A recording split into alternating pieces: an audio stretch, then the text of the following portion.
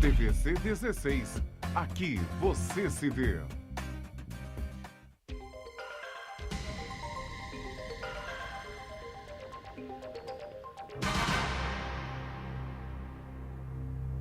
Olá, amigos do programa Enfoque Espírita, que já neste ano novo leva à sua casa a paz que a doutrina espírita nos dá. Aquela mesma paz que Jesus nos prometeu quando ele apareceu, estando os discípulos reunidos, e sempre falamos isso aqui. Está lá em João, creio que no capítulo 20, que João nos conta então que estando os discípulos reunidos com as portas e janelas fechadas, Jesus apareceu no meio deles e a paz esteja convosco. Tomé não estava presente, então Jesus repete numa outra semana, aproximadamente dias após, e de novo os apóstolos estando reunidos, Jesus aparece subitamente e diz para eles, de novo, a paz seja convosco. Quando então Tomé vai até lá e diz aquela célebre frase, está assim na Bíblia, eu repito, né? Louvado seja Deus, né? Meu Senhor e meu Deus. Então, nós pretendemos com esse programa levar a paz à sua casa. Já dissemos aqui muitas vezes, nosso objetivo não é pedir nada a ninguém e nem tampouco tentar convencer as pessoas, embora a nossa aspiração máxima seja sempre aquela de que todas as pessoas absorvam o ensinamento da doutrina espírita, não precisa segui-la, mas que seja um homem que ame a Deus sobre todas as coisas, ao próximo como a si mesmo e que pratique muita caridade. Se faz isso, está ótimo, não precisa fazer mais nada. Esse é o princípio da doutrina espírita e que Deus abençoe este ano que está aí começando e que a paz esteja com todos os senhores. Bom, Vecmília, que está você, meu filho? Tudo bem? Tudo bem, graças a Deus, seu Gama. Está ótimo. Ótimo, está bem. Hoje nós temos aqui um amigo nosso, o Valdir Jesus Barbosa, que é um amigo, companheiro e um competente trabalhador da União Municipal Espírita de Petrópolis. E tudo bem, Valdir, contigo? Tudo bem. Me reserve para eu fazer a propaganda do pessoal e depois então nós vamos conversar bastante aqui, tá ok? Ok. Valdir é uma pessoa muito competente, eu tenho muita admiração por ele e também pela senhora dele, que também é uma trabalhadora espírita. Perfeito. Vamos lá, Vecmília, diz aí pra gente a nossa rotina. Olá, trabalhista. pessoal. Vamos O lá. programa Enfoque Espírita é às quartas-feiras, às 10 horas ao vivo, reprises às terças-feiras, às 17 horas, às quintas-feiras, às 17 horas e aos sábados, às 18 horas. Lembrando que aceitamos perguntas, sugestões e reclamações, claro. enfoquegeralpetrópolis@gmail.com. E também pode ser acessado pelo Facebook. É só lá em cima digitar TV Cidade de Petrópolis, tudo junto. Perfeito? E também pode ser visto pela internet www.tvc16.com. Vecmília, eu escolhi uma página pequena, porque eu dou muito valor ao texto que nós vamos ler hoje, Perfeito. que cabe muito com a entrevista que pretendemos fazer. Aham. Por favor, vamos ser objetivos aí na leitura. Perfeito. De Francisco Cândido Xavier, através de Emmanuel, Luz da Vida. Não, no combate à ignorância. Não, isso não. que eu marquei. O título, o livro, Luz, sim, e, Luz vida. e Vida. Perfeito? Falou E o do título. título a ser lido é No Combate à Ignorância. Não situeis a lâmpada sob o alqueire. Advertiu-nos o Mestre, convocando-nos ao mistério permanente da luz. Segundo cremos, pretendia o Cristo convidar-nos à claridade incessante para que as sombras não nos ceroeiem a vida. É que a ignorância, por denso manto de sombras, estende-se no mundo em quase todas as direções. Ignorância que transforma o raciocínio em instrumento de crueldade e converte o coração em vaso de fanatismo.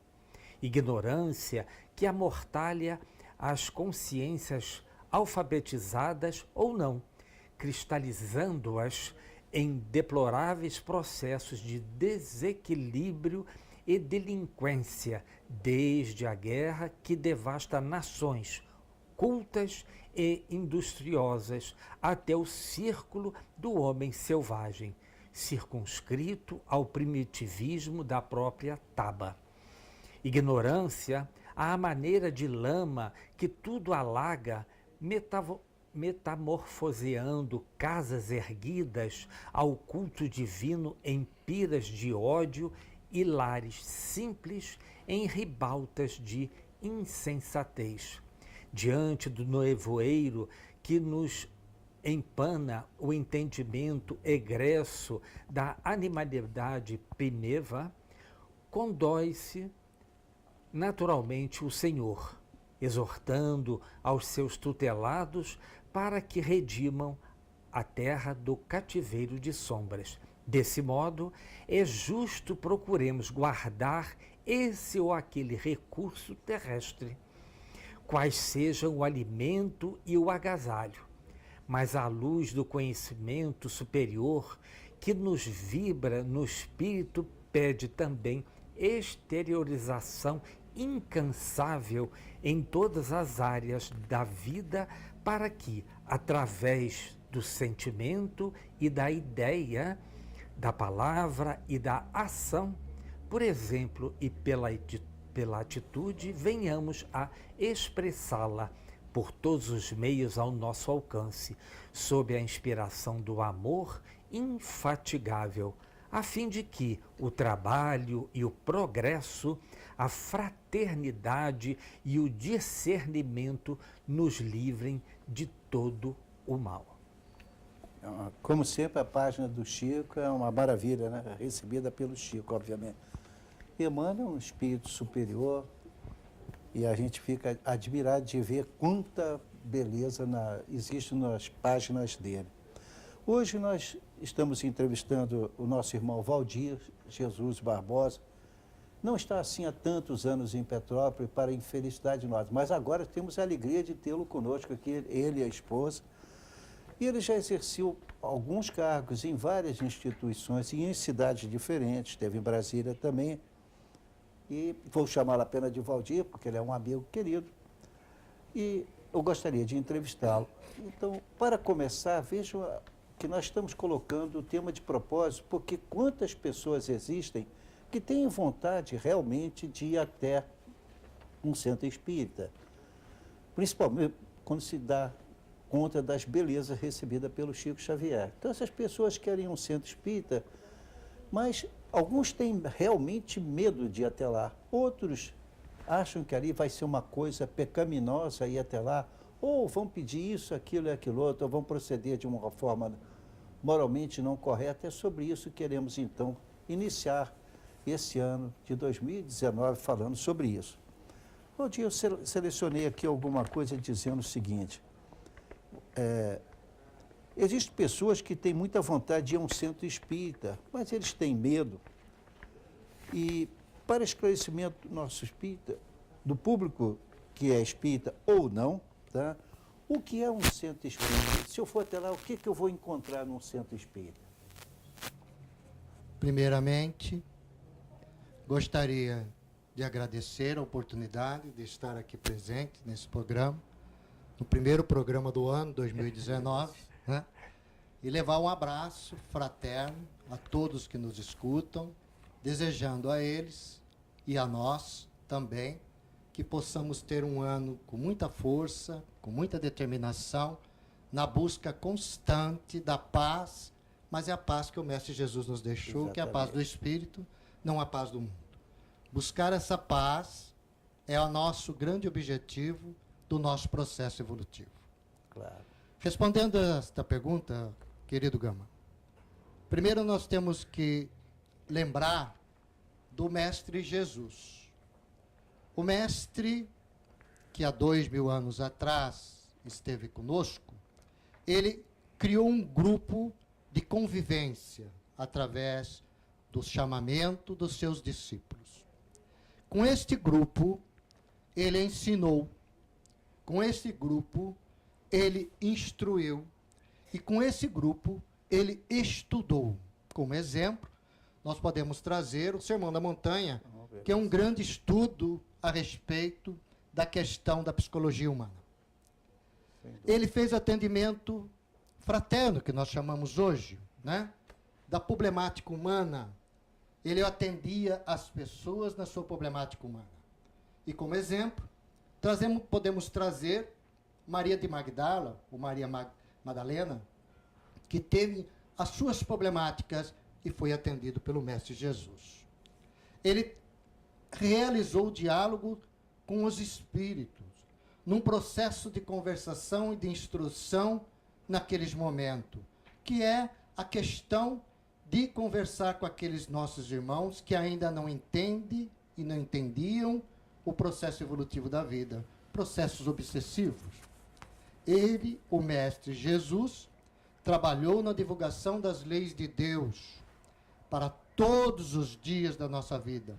Realizou fenômenos, realizou aquilo que nós chamamos, ou que na época se chama, de milagres, mas foi a questão da fluiderapia, de uma mudança de fluiderapia dos seus atos que tinha através dos seus processos evolutivos. Isso. Este mestre nos deixou uma instrução muito grande a respeito do assunto. Depois desse trabalho todo junto ao povo e principalmente junto aos seus discípulos, ele começou a dar instruções para os discípulos. E uma delas, que nós reservamos aqui, que encontra-se em Mateus 10, versículo 8, é que quando ele chega aos seus discípulos e percebe que eles já estão prontos, efetivamente, para poder exercer aquele ensinamento, ele diz: restituir a saúde aos doentes, ressuscitai os mortos. Aqui nós abrimos um parênteses. Não é para que os discípulos fossem junto àquelas pessoas mortas nas funerárias da nossa época e ressuscitassem os mortos. Os mortos que o Mestre Jesus estava comentando com os seus discípulos eram os mortos da vida, aqueles que não tinham entendido a vida ainda. Maria de Magdala era uma morta da vida. Claro, sim, sim. E ele Muito ressuscitou Maria de Magdala. É nesse sentido do atendimento que Jesus coloca aos seus discípulos. Curai os leprosos. Uma coisa é restituir a saúde. Outra coisa é curar uma doença do espírito. Então Jesus traz: curai os leprosos. Curai este momento aquilo que lhe permite ser curado. Efetivamente. Expulsai os demônios, essas questões obsessivas. E depois, ele dá uma instrução muito importante aos seus discípulos.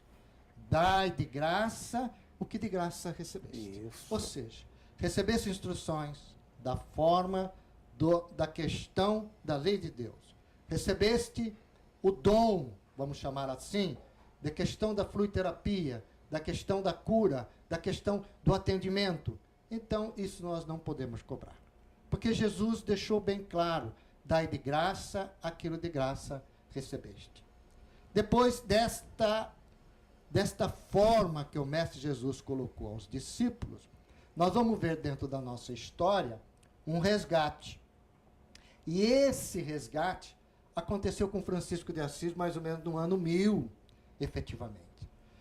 Francisco de Assis veio, não entendeu direito as mensagens como médium, não entendeu direito as mensagens, pensou que era para reconstruir igrejas que tinham sido destruídas pelas guerras daqueles momentos, e começou a reconstruir igrejas.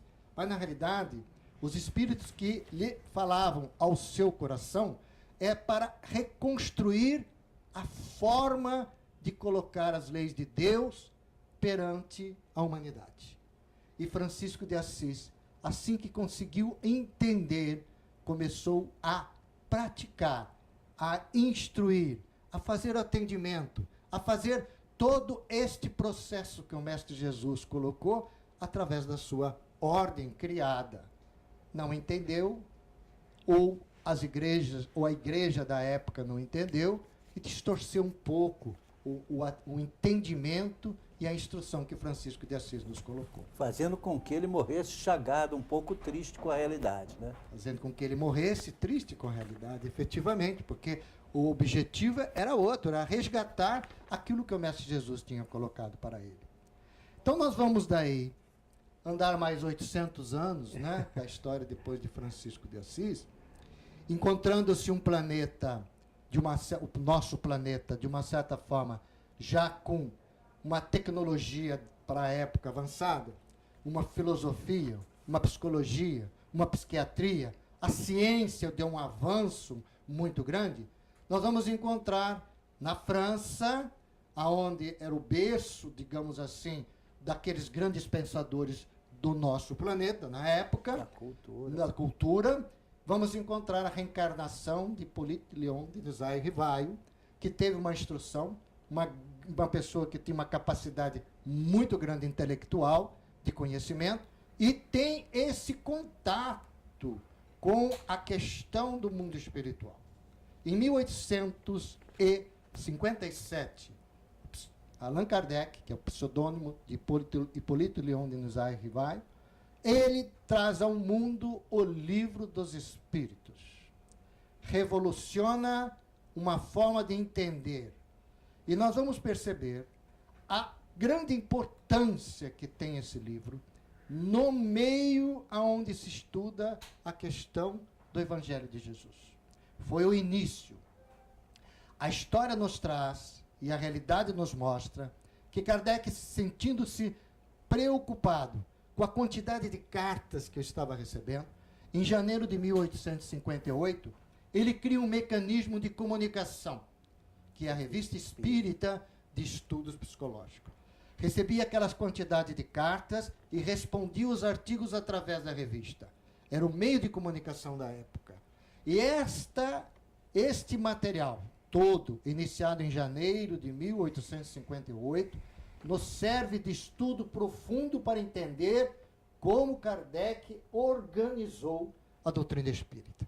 Tem um estudo profundo essa revista espírita, que todo espírita ou não espírita que queira conhecer, pode ler e estudar essas revistas espíritas, que foram transformadas, editadas em livros, para cada ano, se foi um livro feito, né, 1858, 1859, Revista Espírita. E aí, o fundamento do Centro Espírita hoje em dia é exatamente de divulgar isso. O fundamento da Centro Espírita vem nessa divulgação desse estudo, mas nós vamos perceber na organização da doutrina que em março de 1858, Kardec se sente necessidade de criar um ambiente próprio para fazer esse trabalho. E funda efetivamente a Sociedade Parisiense de Estudos Espíritas em Paris. Esses nós podemos considerar o primeiro centro espírita da doutrina espírita.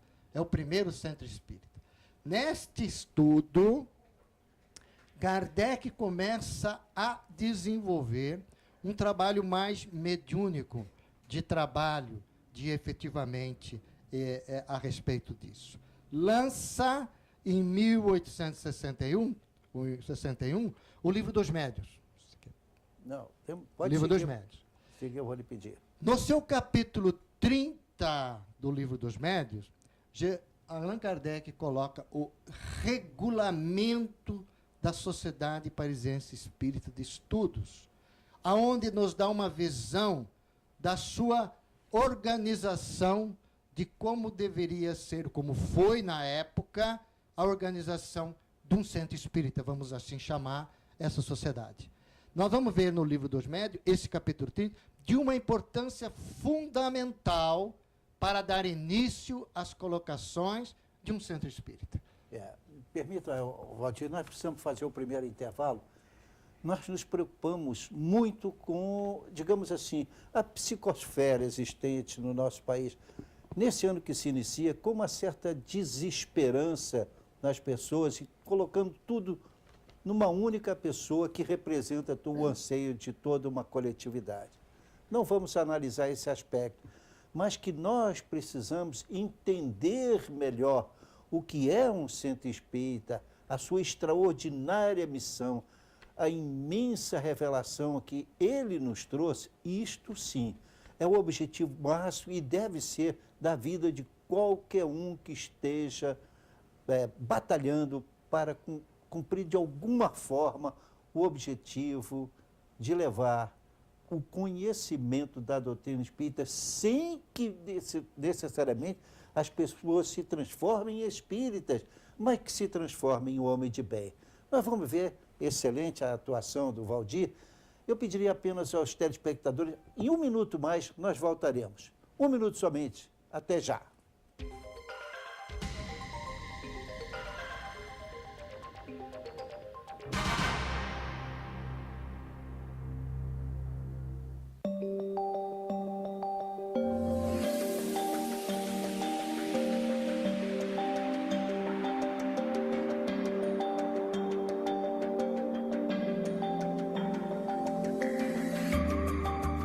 Por enquanto é só uma campanha de alerta.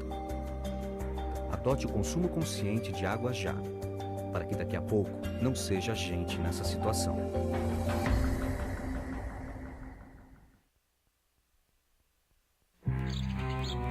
Oi, eu sou a Mônica e essa é a minha história de bullying. Tem uma garota bem popular na minha escola que me tratou mal por muito tempo. Uma vez ela tentou me humilhar e me derrubou na frente de um monte de gente. E ela sempre me chamava de alguma coisa feia que ela inventava. Os outros alunos sempre ficavam do lado dela e contra mim só porque ela é popular. E eu acho que eles ficavam com medo que ela fosse virar contra eles também. Eu tinha medo de contar pra alguém porque eu achava que isso ia piorar a situação. Mas a minha mãe viu que eu tava triste, então eu contei tudo pra ela. Ainda bem que eu falei. Minha mãe falou com a escola e explicou pra eles o que estava acontecendo. Agora a menina popular parou de ser chata comigo e com os outros também. E no final foi melhor pra todo mundo.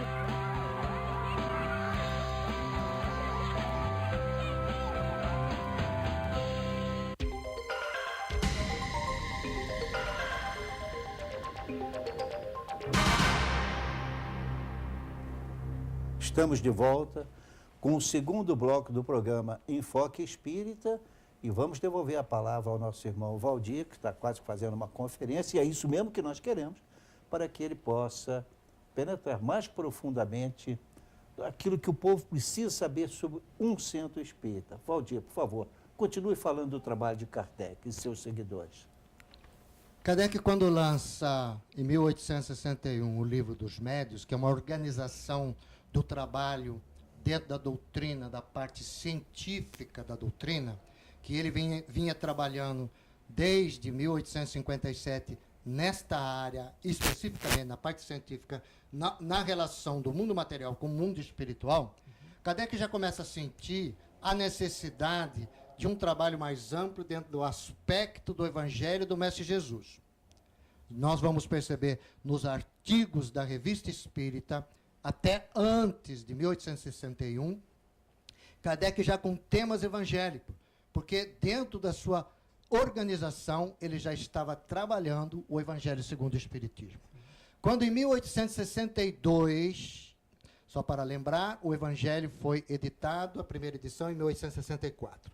Em 1862, Kardec faz uma viagem, buscando estas casas ou estes centros que trabalhava a doutrina, né, para levar lá maior conhecimento, instrução e estudo. E foi editado até um livrinho chamado Viagem Espírita, de 1862.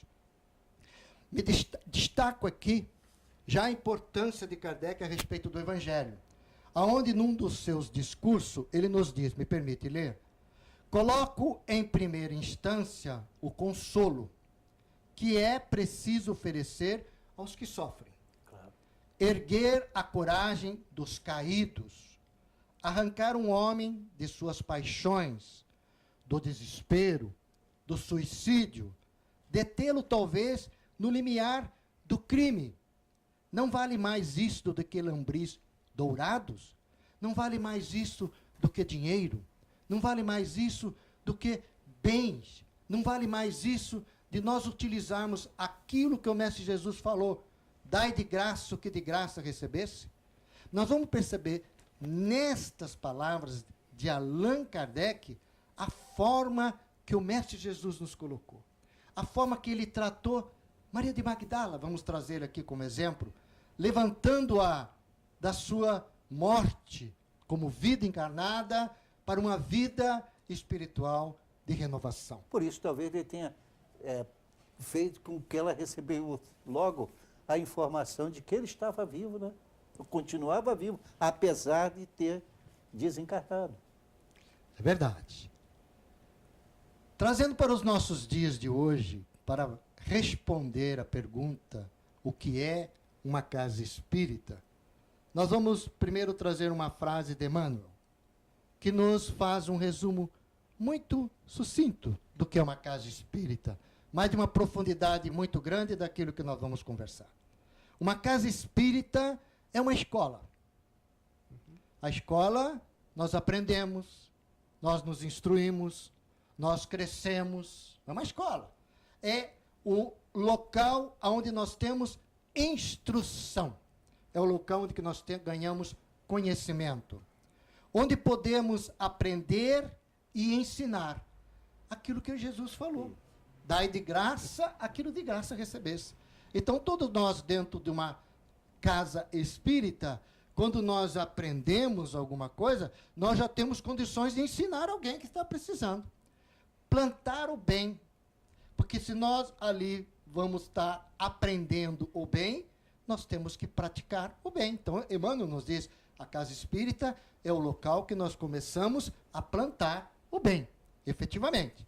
Recolher as graças. É ali que nós recolhemos as graças, porque quando nós nos instruímos, nós buscamos a prática do bem, a prática da caridade, nós começamos a receber as graças. Aprimorar-nos e aperfeiçoar os outros na senda eterna. Primeiro nós temos que nos aperfeiçoarmos. Primeiro nós temos que colocarmos em prática. Muitos companheiros dentro da minha jornada espírita me colocam, eu já tenho 20 anos de doutrina espírita.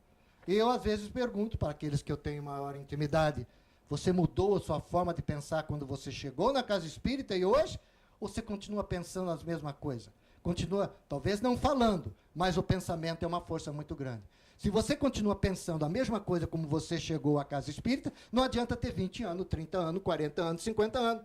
Você aprende e não coloca em prática, não adianta nada. Então pode ter 30 anos de casa espírita, mas se nós não realizarmos aquilo que o Mestre Jesus nos colocou, que Emmanuel nos reforça, né? Aprimorar-nos para colocarmos isso, não adianta nada.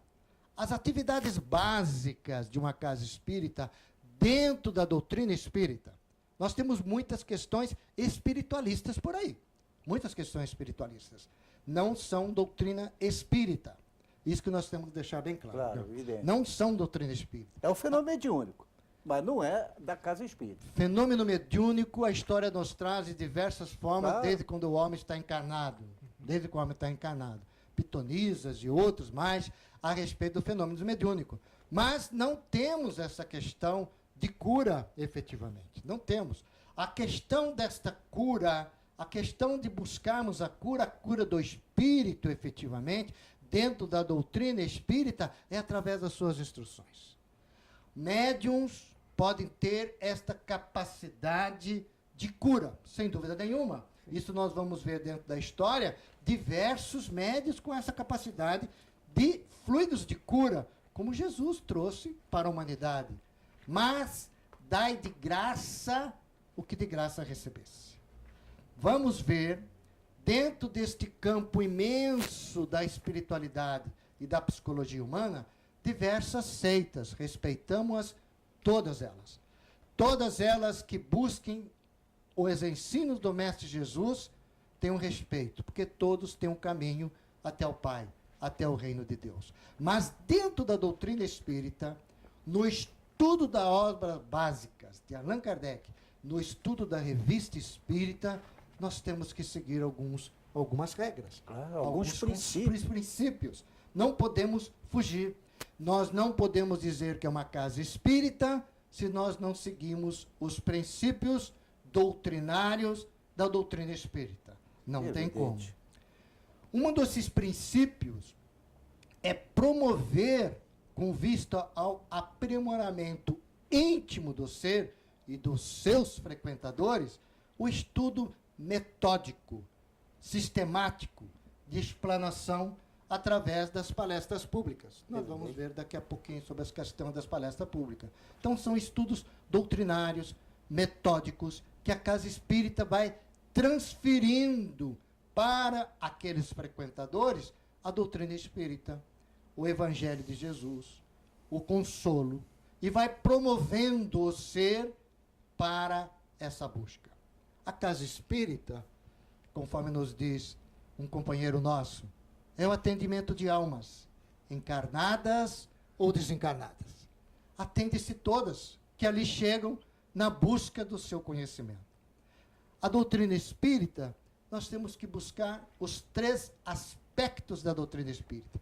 O primeiro é o científico, a questão aonde vai se ter esta relação do mundo material com o mundo espiritual, no estudo da questão que hoje nós colocamos como mediunidade.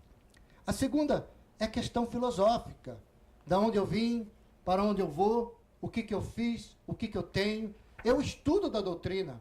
Ela vai nos trazer este conhecimento a respeito da nossa vida. A terceira é a questão desse ferramental que a doutrina tem para entender o Evangelho de Jesus. Para entender a base do como nós temos que buscar de nos religarmos com o Evangelho, de nós religarmos com Jesus nessa busca, porque é um ferramental para que a gente possa entender a vida e praticar. O terceiro aspecto é a questão do Evangelho. A doutrina espírita, ela busca efetivamente o Evangelho. O Evangelho segundo o Espiritismo não estuda se Jesus subiu o monte ou desceu o monte, se nasceu no dia 25, se não nasceu no dia 25, se tem irmão, se não tem irmão, se tem tio, se não tem tio. Não busca isso. Allan Kardec buscou a parte moral do Evangelho e traz para nós essa parte moral indiscutível para qualquer religião ou doutrinária cristã. Indiscutível. Indiscutível. Nenhuma religião, nenhuma parte doutrinária que estuda o Evangelho de Jesus discute a parte moral do Evangelho. E Kardec nos traz essa parte para o entendimento do ser na busca da sua realização e da paz espiritual, o porquê encontra-se aqui. Nós temos que, dentro da doutrina espírita, a questão da evangelização. Sem dúvida. A evangelização da criança, a grande importância da instrução. Quando Jesus se encontra com as crianças, é um mecanismo, é um meio que ele ensina, tá certo, aos seus discípulos, que a criança tem que ser trabalhada, que nós temos que ser aquela criança para poder entender. Então, vamos ter esta evangelização na busca de um processo de um dia melhor, que a Casa Espírita tem que promover essa evangelização. É orientar o jovem. A Casa Espírita tem uma grande responsabilidade na questão da orientação do jovem, principalmente nos dias atuais que nós estamos atravessando. Aqui abro um parêntese e mostro que, dentro da doutrina espírita, ela não é estática, ela tem que ser dinâmica, porque há questões científicas, há questões de forma que o jovem está tratando hoje, são dinâmicas. E a Casa Espírita tem que estar sempre encontrando esse dinamismo para poder atender essa necessidade do jovem e orientá-lo da melhor forma possível. Então é um trabalho constante. Aquele manual de orientação do jovem de 1940 não serve mais. Não adianta. Não serve mais. Aquelas aulas formatadas, eu fui evangelizador de jovem, aquelas aulas que eu fazia formatada, não serve mais. Joguei tudo no lixo. Não serve mais. Não consigo atender mais o jovem. Consegui atender o jovem em 1980. Eu conseguia. Hoje não mais, pela tecnologia que nós estamos vivendo. Então a Casa Espírita tem essa responsabilidade de levar a doutrina de uma forma diferente, de uma tecnologia diferente, de um padrão diferente, para poder orientar melhor esse jovem. E favorecer o jovem na integração da Casa Espírita. Eu percebo muitas casas espíritas que segregam. O departamento da juventude é uma coisa e não dá trabalho. Se nós olharmos dentro da nossa doutrina, hoje, recente aqui, nós vamos trazer o exemplo de Raul Teixeira, que era jovem e já colocaram para trabalhar. E muitas casas espíritas, aquela que eu já passei, a União da Mocidade Espírita de Niterói, foi através de uma oportunidade de trabalho de um jovem, tá certo? Que hoje ele é o presidente da casa. Então a casa espírita tem que promover o jovem na integração de todos os trabalhos. Ah, mas será que o jovem tem conhecimento? Tem, muito mais do que a gente possa estar pensando. Então tem que integrar o jovem nas atividades da casa espírita. Tem que integrar. Ah, mas a gente pergunta o que eles querem fazer, eles não sabem. Eles não vão saber nunca o que querem fazer. Tá certo? Não vão saber nunca. Nós temos que oferecer para eles o trabalho, efetivamente. E a doutrina espírita oferece a ele uma doutrina racional. Não é nada milagroso, nem inexplicável, não é perfeitamente racional, desde que se entenda em profundidade a doutrina. Continue que eu estou dando toda a liberdade, Valdir. A casa espírita tem que promover estudo de questões mediúnicas. É a parte científica que a casa espírita começou, que a doutrina espírita, melhor dizendo, que a doutrina espírita começou. Kardec começou por essa área. Nós temos que entender esta relação do mundo material com o mundo espiritual. Conforme nos coloca Allan Kardec, todos nós somos médiums, de alguma forma ou outra. Nós temos intuição, nós temos mecanismo desta relação com o mundo espiritual. Então nós temos que entender isso. E a casa espírita tem que promover esses estudos, tem que promover esta questão desse conhecimento. Promover assistência espiritual, mediante a utilização de recursos, inclusive de reuniões mediúnicas. Então nós temos que ter a casa espírita tem que se preparar para ter uma questão de uma reunião mediúnica, para ter essa assistência espiritual. Foi o que Jesus fez. Jesus não tratava aquelas seres que estão no processo obsessivo, aqueles nossos irmãos ali, não tratava de uma forma até enérgica, mas fraterna, de uma forma, saia dele, tá certo? Não fique com ele, você é livre, você tem que seguir a sua vida, você está perdendo tempo aí.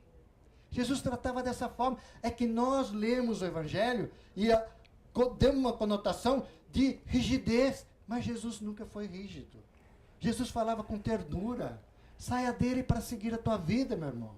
Saia dele para poder seguir até a vida de Deus. Tu está perdendo tempo aí. E esta questão da desobsessão, essa questão do entendimento, a casa espírita tem que preparar os seus frequentadores para ter esse trato. Nós vamos ler e vamos ver o livro O Céu e o Inferno, que é um verdadeiro tratado de atendimento espiritual que Kardec nos dá. Realizar uma reunião mediúnica, nós temos que decorar 2 livros. O Evangelho segundo o Espiritismo. Entender profundamente o livro dos médiuns e saber dos seus pontos particulares o livro Céu e Inferno, sem contar as outras obras, né? E realizar atividades de assistência espiritual. Nós temos que realizar essas atividades, né? A questão do atendimento fraterno da casa, né? Jesus fez o atendimento a Maria de Magdala, então nós temos que nos preparar e também fazer o atendimento àquelas pessoas que buscam a casa espírita nas suas problemáticas humanas, né? Promover o serviço de assistência social, não é a questão de promover o ser através dos seus bens materiais, mas promover o ser também dentro da casa espírita. A casa espírita não pode ser assistencialista, simplesmente dar o bem e não dar a instrução, porque a casa espírita se preza, e a doutrina, pela instrução. A assistência social, ela é importante. Vamos olhar os exemplos de Kardec. Não vale mais nós tirar aquele ser de onde ele está, do seu abismo da vida, e colocarmos do que lambris, do que ouro, do que bens. Então nós temos que praticar isso dentro da questão da assistência social espírita, efetivamente. E incentivar e orientar as instituições do culto do Evangelho do Lar. Então, nós estamos muito agradecidos ao Valdir. É claro que não terminamos a nossa entrevista, nós vamos continuar conversando com ele, mas nós temos que fazer mais um intervalo. E, como vemos, o Valdir domina amplamente o assunto e nós ficamos até calados, porque assim ele pôde expor completamente todo o princípio, dando uma visão da doutrina espírita, que é exatamente aquilo que você, meu irmão, vai encontrar num centro espírita bem orientado. Se não é, ele deveria ser assim, porque em todo lugar também pode acontecer que você tenha entrado numa casa que ainda está apegado a determinados princípios apenas teóricos, sem entrar na prática da caridade quando você está entrando no centro espírita, porque você quer encontrar com a verdade. Temos então que fazer mais um intervalo, voltaremos em 1 minuto. Até já.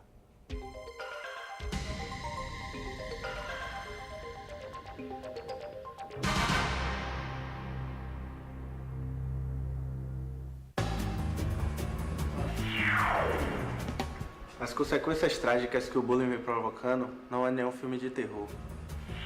O drama é real e as perdas são incalculáveis.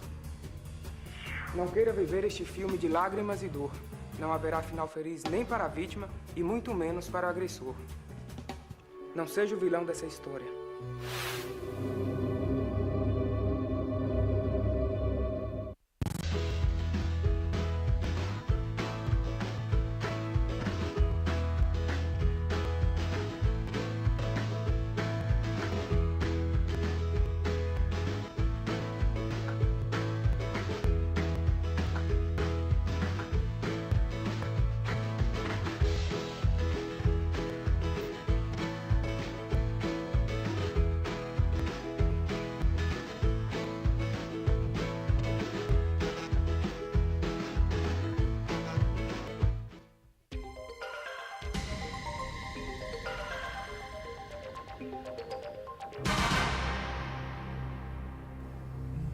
Estamos de volta com o terceiro e último bloco, infelizmente, do programa de Foco Espírita. Graças a Deus, o último bloco no dia de hoje.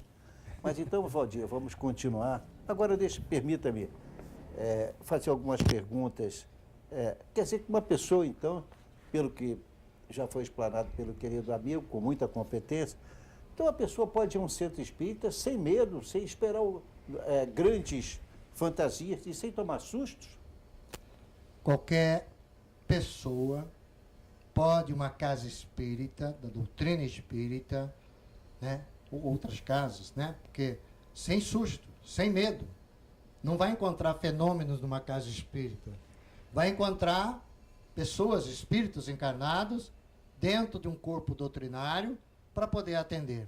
Qualquer pessoa pode frequentar uma palestra pública, como eu posso frequentar qualquer palestra de qualquer religião, posso entrar e assistir uma palestra, não sou proibido, ninguém é proibido, né? Qualquer pessoa pode ir lá para ver se sente, se aquilo vai lhe atender às suas necessidades.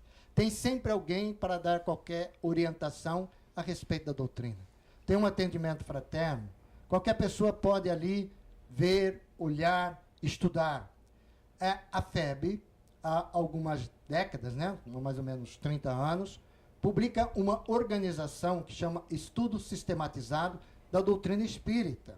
O que é o estudo sistematizado da doutrina espírita? São uma apostila, onde esses grupos se reúnem, destas pessoas que querem conhecer a doutrina espírita e estudam a doutrina espírita em todas as suas obras, superficialmente, para que num período X, cada casa tem o seu período de estudo, num período X, ela possa se decidir se quer seguir em profundidade a doutrina espírita ou não, se aquilo lhe atendeu ou não atendeu. Claro. Muitos companheiros vão à doutrina espírita, estudam, fazem o curso todo, o estudo todo daquilo que nós chamamos de ESD, e chega no final e fala, não me atendeu a minha necessidade, vou buscar uma outra filosofia, uma outra doutrina para me atender a minha necessidade. Isso é cabível. Então a doutrina espírita oferece este mecanismo para que a pessoa possa, além dos assuntos doutrinários, das palestras públicas, também estudar uma base para ver se aquilo vai lhe atender ou não. Valdir, Essa pergunta eu gostaria que você desse ênfase, você já deu, mas eu faço questão de repetir. É comum que alguém faça ao visitante, ou até mesmo ao frequentador habitual, pedido de recursos fiduciários para ajuda na casa ou para, entre aspas, para trabalhos espirituais? Não, não é comum. Dentro da própria doutrina, dentro do próprio exemplo de Kardec, Kardec reuniu um grupo para organizar a Sociedade Espírita de Parisiense para poder buscar e atender às suas necessidades. É este grupo que passa a ter a responsabilidade financeira de manter a instituição. Perfeito. A gente vê que tempos depois vai se formatando o grupo da Sociedade Espírita Parisiense de Estudos Espíritas, vai criando-se outros serviços, grupos de estudo, né? Palestras, Kardec fazia palestras, mas em nenhum momento ele coloca que a gente tem registro, tanto na Revista Espírita, dele fazer qualquer tipo de pedido. Exato, não há. Não existe. Cobrança, nem cobrança. Então a Casa Espírita não pede. O que a Casa Espírita às vezes solicita, como tem uma parte de assistência social muito grande, para os seus frequentadores habituais, não aqueles que chegam a primeira vez à casa, é que você possa levar, né, aquilo que muitas casas espíritas colocam, a campanha do quilo. Mas você possa se doar 1 quilo de arroz, 1 quilo de feijão, para poder ajudar. Se ninguém doar, e a Casa Espírita tem X família de responsabilidade, cabe à Casa Espírita resolver esse problema com essas famílias, porque foi o seu corpo efetivamente administrativo que criaram esse departamento desta forma. Se ninguém ajudar, a Casa Espírita tem que manter. Se a Casa Espírita não tiver recurso, os seus administradores, na minha opinião, tem que manter aquele serviço. Tem que manter aquele serviço. Tem que manter. Então, não é habitual, né, de ter qualquer tipo de pedido de recurso financeiro para manter a Casa Espírita. Muito pelo contrário. Né? A Casa Espírita, conforme vai se, com o longo do tempo, logicamente, vai tendo oportunidades de desenvolvimento. Agora, é habitual que a Casa Espírita se promova lanches fraternos, almoços fraternos, para angariar fundos, efetivamente, para poder manter as suas instituições. É comum. Então, é um encontro fraterno dos frequentadores, tá certo? Não se paga efetivamente a palestra, o estudo doutrinário, mas se contribui. Na Casa Espírita é o seguinte, a gente dá o arroz, depois compra o arroz. A gente dá a comida, depois compra a comida. Para quê? Para manter efetivamente a instituição. Então, agora, Valdir, uma pessoa que esteja doente, tá? Ou que tenha tido a morte de um ser amado há algum tempo, ainda não se conformou, do qual ele tenha muita saudade, o que é que ele pode esperar de um centro espírita? As pessoas que passam num luto muito intenso, o luto é necessário.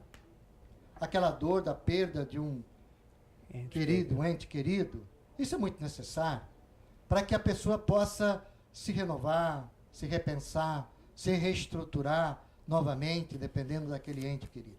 Esquecer, jamais esquecemos a perda. Mas o luto é uma coisa muito profunda. O luto é uma coisa de perda de desejo da vida. Então, quando se chega nesse ponto e ela busca os seus interesses, passa a ser um período mais longo do que o normal, habitual, os riscos inerentes a esse luto passam a ser muito mais fisiológicos, né? E começa a ter a questão da depressão, a questão mais complexa, de uma forma que vai acarretar uma doença, alguma coisa desse tipo. Então, a busca de uma casa espírita, né, ela vai encontrar dentro do atendimento fraterno os mecanismos, a orientação necessária para que possa se fortalecer. A palestra pública, provavelmente uma das principais atividades de uma casa espírita, porque ali são realizados diversos atendimentos espirituais naquelas pessoas que ali estão escutando, muito mais do que a gente possa imaginar. Vamos lá ver lá no Evangelho segundo o Espiritismo, Kardec colocando isso, lá na parte das preces, capítulo 28, nós vamos encontrar essas pessoas sendo fortalecidas. A questão da fluidoterapia, nessa mudança fluídica, nesses fluidos mistos entre o médium e o mundo espiritual, vai fortalecendo o seu centro de força, o seu corpo, efetivamente, para que aquela pessoa possa ter força para poder superar as suas dificuldades. Temos diversos exemplos dessas pessoas dentro da nossa vida, que ali chegaram na casa espírita caída, efetivamente, por uma dor, por um luto, e a casa espírita pode ajudar o estudo, efetivamente, para poder sair desse dilema. Valdir, existem outros departamentos na casa espírita. Me diga quais aqueles departamentos que são significativos, mais importantes para uma pessoa que vá pela primeira vez? Sinteticamente. Primeiro eu faço um parêntese aqui, Gama, porque a casa espírita, nós temos que tomar muito cuidado. A casa espírita não é o departamento.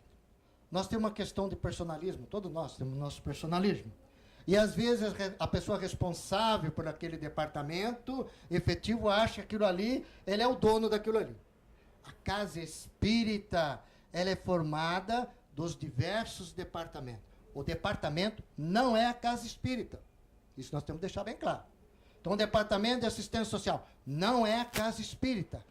O departamento de assistência social é um departamento, é um caminho dentro da casa espírita que é ali, mas não é. Então, temos que tomar cuidado a respeito desse assunto. Quando a pessoa busca a casa espírita, nós temos o departamento de assistência espiritual, que cuida, que prepara os seus, digamos assim, os seus trabalhadores, que todos eles, né, são de boa vontade, né? Todos eles trabalham ali de boa vontade, preparam, estudam, para poder fazer o atendimento àquela pessoa, para poder encaminhar aquela pessoa. Muitas pessoas chegam à casa espírita na busca de uma ociosidade de trabalho. Aí, através do entendimento, através das palestras, através do conhecimento da doutrina espírita, através daquilo que nós possamos ver com que a pessoa já esteja em condições de poder trabalhar, porque nós não podemos colocar um trabalhador que chega à casa espírita diretamente a um departamento, sem ter conhecimento da doutrina espírita. O trabalhador da doutrina espírita tem que conhecer a doutrina espírita. Os grandes problemas dentro de uma casa espírita que eu pude verificar são os departamentos que colocam pessoas que não são espíritas. Chega à casa espírita, manda para o departamento A. E a pessoa não é espírita, e ela começa a criar. Porque a casa espírita são pensamentos. Nós esquecemos que a casa espírita é formada por pensamentos. Como nos diz Emmanuel, é um hospital. E Então, se me permite, não é porque a pessoa vai lá sistematicamente durante anos que ele se transformou em espírita, é? Não. Não, foi aquilo que eu disse. A pessoa pode ter 20 anos e continuar fazendo aquilo que faz. Não sou não espírita.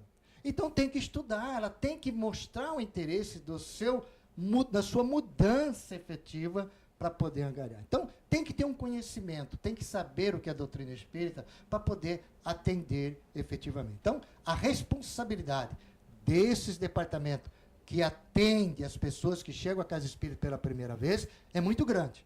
Tem que tomar muito cuidado de não direcionar essas pessoas diretamente ao trabalho. Seja ele de assistência social, seja ele de cuidar da gestante, seja ele enfim, de várias atividades que a casa espírita tem. Então, tem que cuidar. Agora, me permite, Valdir. Vec Miller, você tem uma pergunta? Eu acho que ainda tem 1 minuto para... Temos. Faça a pergunta para mim, por favor. Você comentou exatamente aqui sobre o centro espírita. E os dirigentes? Esses, mais do que nunca, têm que ter um bem proceder para que eles ocupem esses locais em que, vamos pôr entre aspas, são pessoas abalizadas através da doutrina espírita para comandar aquele departamento para ajudar aos outros. É assim mesmo porque o próprio Kardec, em Obras Póstumas, ele coloca lá um título sobre o papel do dirigente. Então ele coloca aqui autoridade moral, dar impulsão, estimular os zelos, sustentar os ânimos vacilantes, ajudar com os conselhos da experiência, fixar opinião sobre pontos incertos da doutrina, claro, e não se crer infalível. É isso mesmo, Valdir? E acrescento mais. Sim. São responsáveis legais dentro do país que estão na parte civil e criminal. Tudo que acontece dentro de uma casa espírita, a responsabilidade são dos dirigentes.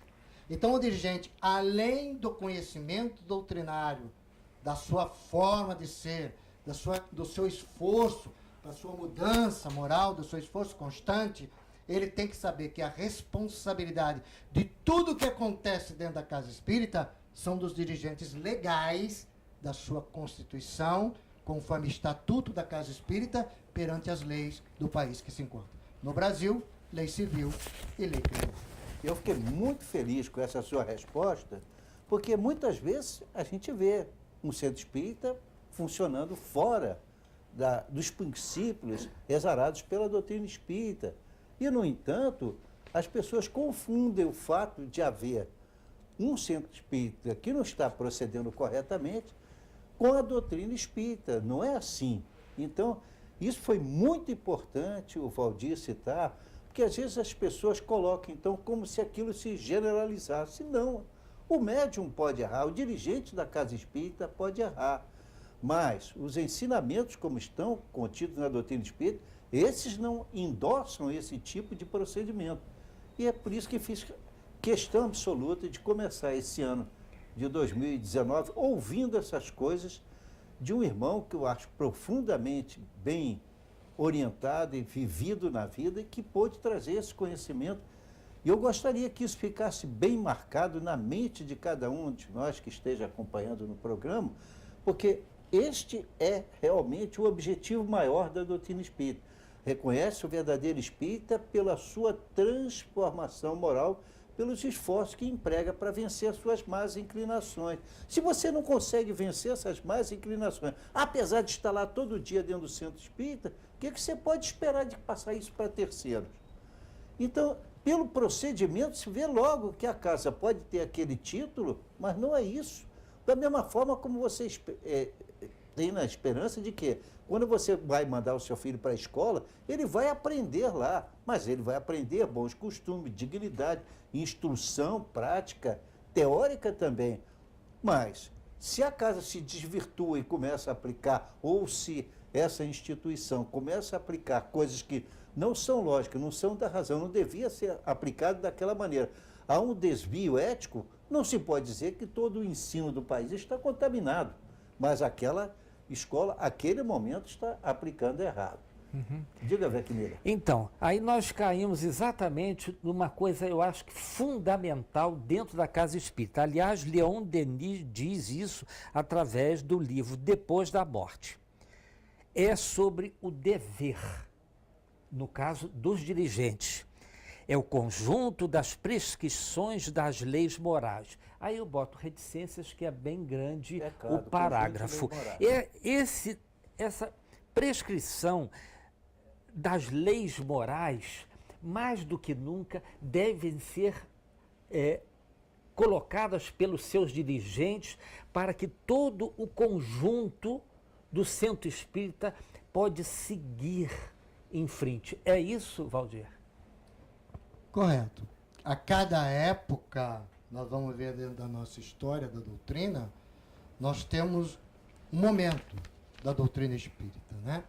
Nós tivemos aqui no estado do Rio de Janeiro, nós tínhamos duas federativas. A USEEG, União Sociedade Espírita do Estado do Rio de Janeiro, e a FEEG, Federação Espírita do Estado do Rio de Janeiro.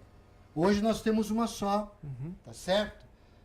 Hoje nós temos uma só. Então foi um processo que se aconteceu. Então o processo do ser humano para poder entender, para poder buscar, sem dúvida nenhuma está dentro desses conceitos constantes. Mas nós nunca podemos esquecer de nós vivermos o passado. Naquela época era assim. Nós temos que olhar para frente. Claro. Nós temos que olhar para frente, porque as coisas mudam. Kardec deixa isso bem claro na Gênese. As coisas mudam. As coisas estão em transformação constante. E na doutrina espírita, e deixa Kardec também falando, as coisas têm que mudar. Mudar de que forma? Entrar dentro da tecnologia da época. A doutrina espírita tem que estar na tecnologia da época, levar o ensinamento kardeciano à luz do Evangelho de Jesus dentro do momento que nós estamos vivendo. Perfeito. É isso aí. Olha, eu fiquei muito feliz de ter trazido o nosso irmão aqui, que eu espero não feche as portas, que ele possa voltar outras vezes, quem sabe o mês que vem, ou daqui a 2 meses, para a gente continuar abordando de uma certa forma a doutrina espírita, para que a gente mude a mentalidade que existe em relação às pessoas que eventualmente buscam a casa espírita. Valdir, tem agora aí alguns segundos ou 1 minuto para você se despedir. Muito obrigado, mandando um abraço para os seus telespectadores, que nessa altura, tenho certeza, estão encantados com o programa. Vamos lá. Agradeço a oportunidade e desejo a todos um caminhar no Evangelho de Jesus em 2019. Muita paz a todos, meu irmão. Beck Miller? Então, pessoal, o programa Enfoque Espírita é às quartas-feiras, às 10 horas, ao vivo. Reprises às quintas-feiras, às 17 horas, aos sábados, às 18 horas e também às terças-feiras, às 17 horas.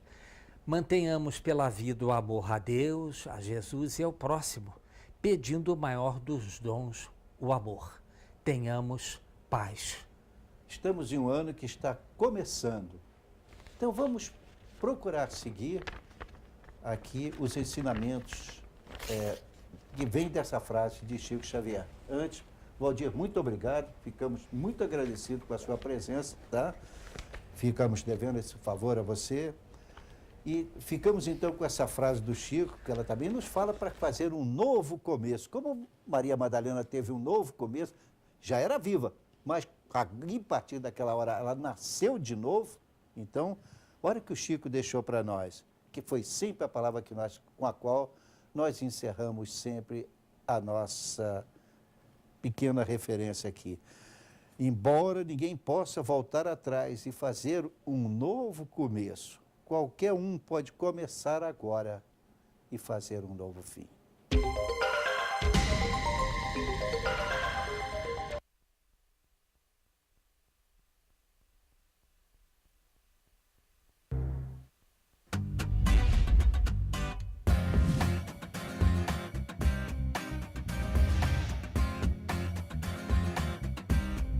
TVC 16. Aqui você se vê.